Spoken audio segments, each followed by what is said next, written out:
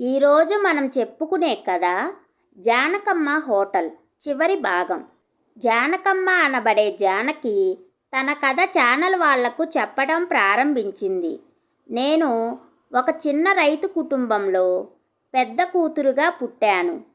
15వ ఏటనే నాకు పెళ్లి చేసి 2 తులాల బంగారు చైను, 10,000 డబ్బు అప్పు చేసి కట్నంగా ఇచ్చి పంపారు. ఏడాది దాటగానే పిల్లలు పుట్టలేదని అత్తింటి వాళ్ళు నీ పుట్టింటికి పో అని తరిమేశారు. పుట్టింటికి వెళితే ఇంకా నీ పెళ్ళికి చేసిన అప్పే తీరలేదు, మొగుణ్ణి వదిలేసి వస్తే నీ చెల్లిళ్లకు పెళ్ళి కాదు, చావైనా బ్రతుకైనా అత్తింట్లోనే, పుట్టింటి గడప తొక్కొద్దన్నారు. మళ్ళీ అత్తింటికే వెళ్ళాను. నేను వెళ్ళేసరికి నా మొగుడు 2వ పెళ్ళి చేసుకున్నాడు. ఇంట్లో పని మనిషిలా ఉంటానని కాళ్ళా వేళ్ళా పడ్డాను. నిన్ను పోషించలేమని కనికరం లేకుండా జుట్టు పట్టుకొని ఇంట్లో నుంచి గెంటేశారు. ఎక్కడికెళ్తున్నానో తెలియదు. నాకు బ్రతుకు మీదే విరక్తి పుట్టింది. భగవంతుడు నన్నెందుకు పుట్టించాడా అని తిట్టుకున్నాను. చివరికి ఎవ్వరికీ అక్కర్లేని నా బతుకును అంతం చేసుకుందామని ఒక దిగుడు బావి కనిపిస్తే అందులో దూకేశాను. కానీ నేను చావలేదు. కళ్ళు తెరిచేసరికి ఒక తాత నన్ను రక్షించాడని తెలిసింది. నా కథ తెలుసుకొని కష్టాలు మనిషికి రాకుంటే మానులకొస్తాయా? నేను ఒకప్పుడు మేస్త్రీ పని చేసిన వాడిని. ముసలోడినయ్యాను. అందరికీ భారమైపోయాను. ఇప్పుడు ఒంటరోడిని. పని చేయడం చేతగాక అడుక్కుంటున్నాను. నాలాంటోళ్ళు ఇక్కడ చాలామందే ఉన్నారు. అన్నిటికీ చావే పరిష్కారం కాదమ్మా. అలా అనుకుంటే దేశ జనాభాలో సగం మంది ఇప్పటికే చనిపోయి ఉండాల్సింది. నువ్వు నా దగ్గరే ఉండు. తెచ్చుకుంది ఇద్దరం తిందాం, లేకుంటే పస్తులుందాం అన్నాడు. మేముండే పేటలో ఇంచుమించు ముసలివాళ్ళు అనాథలే ఉన్నారు. వాళ్ళ కష్టాలు వింటే అసలు నాది కష్టమే కాదు అనిపించింది. ఒక్కొక్కరిది ఒక్కొక్క దేనగాథ. అసలు వాళ్ళుండేవి ఇల్లు కాదు. వర్షం వస్తే అస్సలుండలేము. 2 రోజులు ఆ తాత అడుక్కొని తీసుకొచ్చాడు. 10 మందికి ఆకలి తీర్చే రైతు ఇంట్లో పుట్టిన నేను అడుక్కొచ్చిన తిండి తినలేకపోయాను. ఆత్మాభిమానం అడ్డొచ్చింది. ఆకలి మా చెడ్డదమ్మా, ఎంతకైనా దిగజారేట్లు చేస్తుంది. ఒకప్పుడు నా కింద ఎంతోమంది కూలీలు పనిచేసేవారు. మొదట్లో నీలాగే చెయ్యి చాచబుద్ధి కాలేదు. 4 రోజులు కడుపు మాడేటప్పటికీ చెయ్యి దానంతట అదే ముందుకొచ్చింది. నోరు బాబు ధర్మం అని అడిగింది. తత్వం బోధించాడు. అయినా నీళ్లు తాగి కడుపు నింపుకున్నాను. బాగా ఆలోచించాను. ఆయన ముసలివాడు, ఏ పని చేయలేడు. నేను వయసులో ఉన్నాను. కష్టపడగలిగే శక్తి ఉంది. అడుక్కొని తినడం ఎందుకు? ఇక ఆలోచించలేదు. ఆ పేటకు దగ్గరలో ఒక బడాబాబుల కాలనీ ఉంది. వెళ్ళి పని అడిగాను. 2 ఇళ్ళు దొరికాయి. వారితో అమ్మా పిడికడు అన్నం మిగిలినా సరే తీసుకుంటాను, అలాగే వాడిపోయిన పుచ్చిన కూరగాయలున్నా తీసుకుంటాను, పారేయకండి అని చెప్పాను. ఆ రోజు నుండి తాతను అడుక్కోవద్దని నేనే పోషిస్తానని చెప్పాను. నా పనితనం నిజాయితీని చూసి 10 ఇళ్లలో పని దొరికింది. అక్కడ ఎంతమంది ఏమి పెట్టినా తీసుకునేదాన్ని. ఆ తిండి తీసుకొచ్చి మా పేటలోని ముసలి ముతక వాళ్ళ కడుపు నింపేదాన్ని. పని చేయలేక ఆదుకునే నాదుడు లేక అడుక్కుంటున్న వారికి ఒక పూటన్నా కడుపు నింపుతున్నాననే సంతృప్తి నాకు దక్కింది. వాళ్ళందరూ నా కోసం ఎదురు చూసేవారు. అందరూ నన్ను జానకమ్మ అని పిలవడం మొదలుపెట్టారు. ఆ పేరే నాకు నిలిచిపోయింది. వయసులో ఉన్న నేను పనిచేసే ఇళ్లలో ఒంటరిదాన్నని ఎప్పుడూ చెప్పలేదు. ఆ పేట పిల్లలను తీసుకువెళ్ళి నా పిల్లలని, నా మొగుడు కూలి పనికి వెళ్తాడని, నాది పెద్ద కుటుంబమని చెప్పేదాన్ని. అలా 2 సంవత్సరాలు పనిచేశాను. ఒకరోజు ఈ హోటల్ ఓనర్ గురవయ్య గారు ఇక్కడ పనిచేసే ఆమె రాలేదని ఇక్కడ పని చేయడానికి పిలిచాడు. నేను ఆయనింట్లో కూడా పనిచేసేదాన్ని.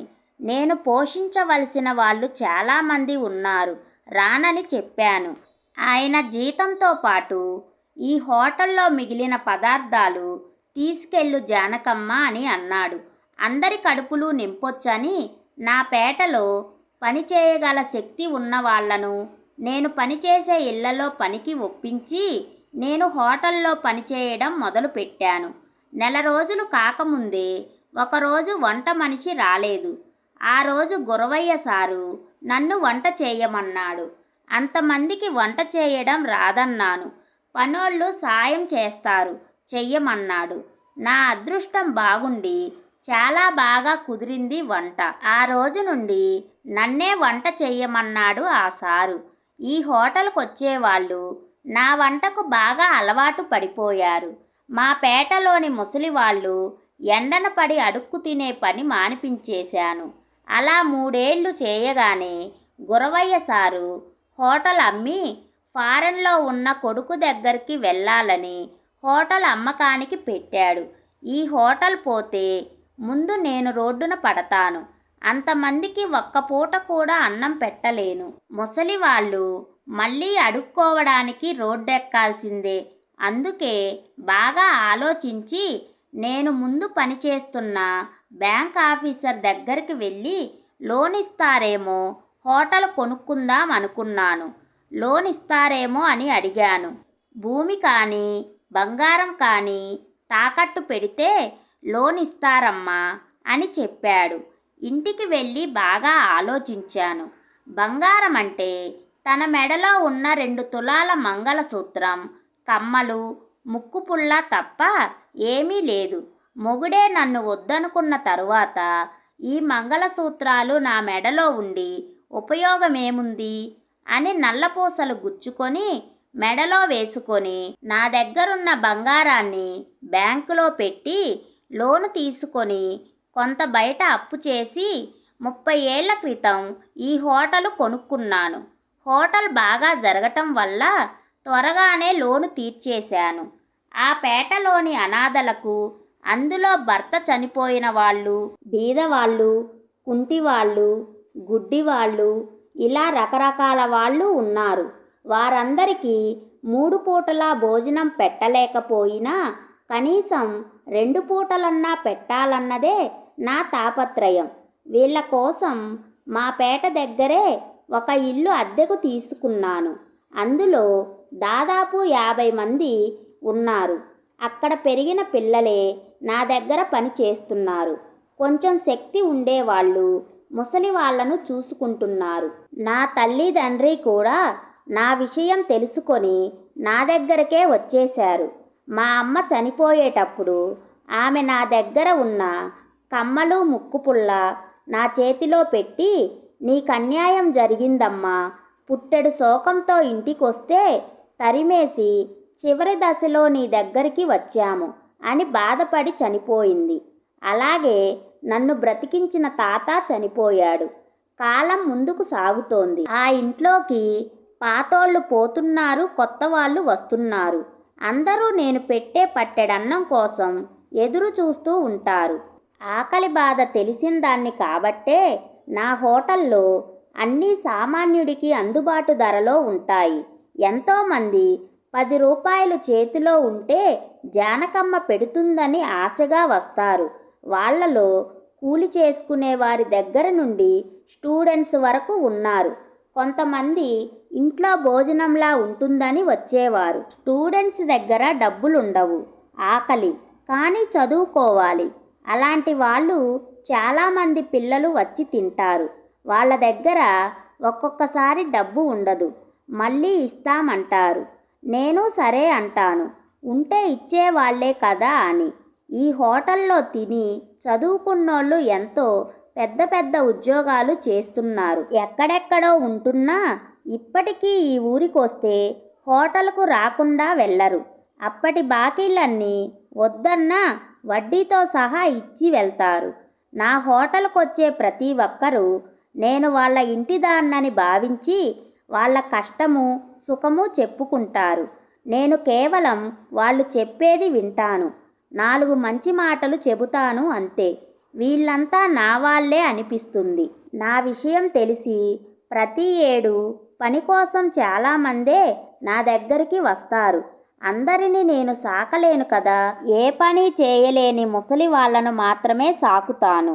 మిగిలిన వారికి నాకు తెలిసిన వాళ్ళ దగ్గర పని ఉంటే ఆ పని చేసుకోమని పంపిస్తాను.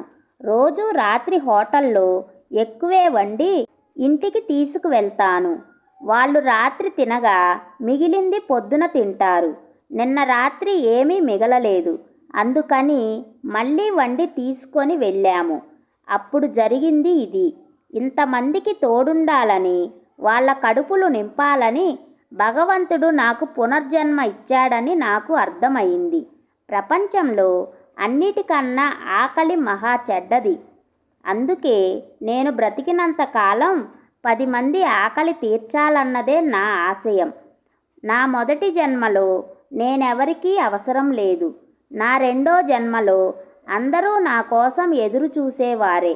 నాకెవ్వరూ లేరని అనిపించడం లేదు. అందరూ నన్ను జానకమ్మ, జానకమ్మక్క అని ప్రేమతో పిలుస్తారు. వీళ్ళందరూ వయసులో పెద్దవారైనా నాకు పిల్లలతో సమానం. నాకు పిల్లలు లేరని బాధపడినందుకు ఆ దేవుడు ఇంతమంది పిల్లలనిచ్చాడు అని తన కథ ముగించింది.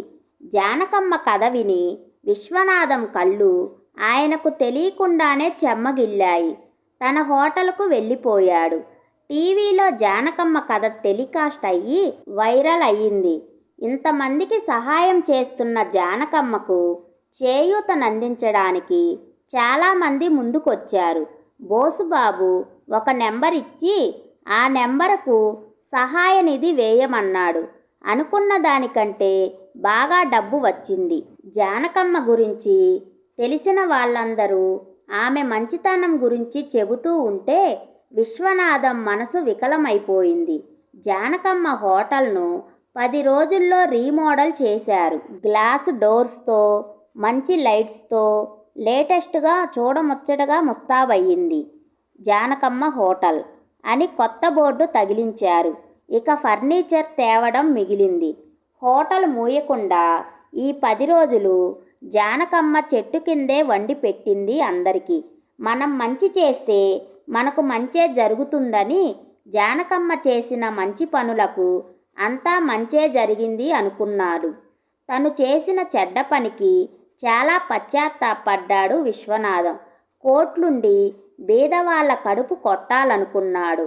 జానకమ్మకు ఏమీ లేకపోయినా 10 మంది బాగుండాలని అనుకుంది. లేని వాళ్ళ పట్ల కరుణ చూపించింది. విశ్వనాథం ఇంకా జానకమ్మ నాశనం కోరుకోకూడదు అనుకున్నాడు.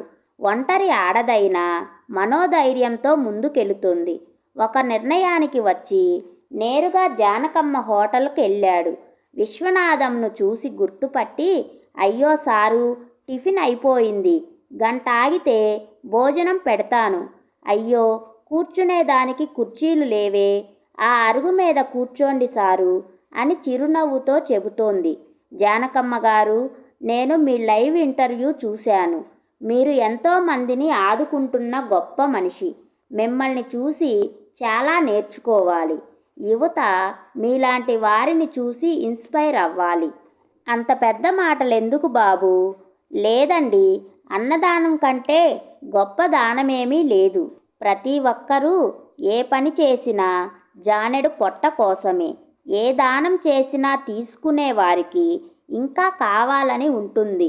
అదే కడుపు నింపితే ఒక్క మెతుకు తినలేడు, పెట్టినా వద్దంటాడు. అన్నదానంతో మాత్రమే మనిషి తృప్తి పడతాడు. జానకమ్మ గారు, మీరు ఎంతోమందికి సాయం చేస్తున్నారు.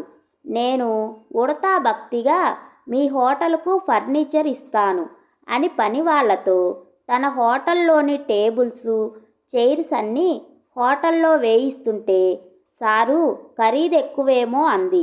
నేను డబ్బుకివ్వడం లేదమ్మా, నా వంతు సాయం అని అన్నాడు. ఆ సారు అంతగా చెప్తుంటే, తీసుకో జానకమ్మ అని అన్నారు అక్కడి వారు. ఆ తరువాత విశ్వనాథం తృప్తిగా భోజనం చేసి వెళ్తూ జానకమ్మ, మా అమ్మ చేతి వంట తిన్నట్టుందమ్మా, కానీ నీకు డబ్బు ఇవ్వను. పర్వాలేదు సారు, అమ్మ అన్నారుగా నవ్వేసింది. ఒక బ్యాగు తీసి జానకమ్మకిస్తూ, జానకమ్మ, ఇది సీసీ కెమెరాలు, నీ హోటల్లో బిగించుకో. ఇంకోసారి ఎవరైనా దాడి చేస్తే రికార్డ్ అవుతుంది. దొంగలను త్వరగా పట్టుకోవచ్చు. ఇది మీ కొత్త హోటల్కు నా గిఫ్ట్ అన్నాడు.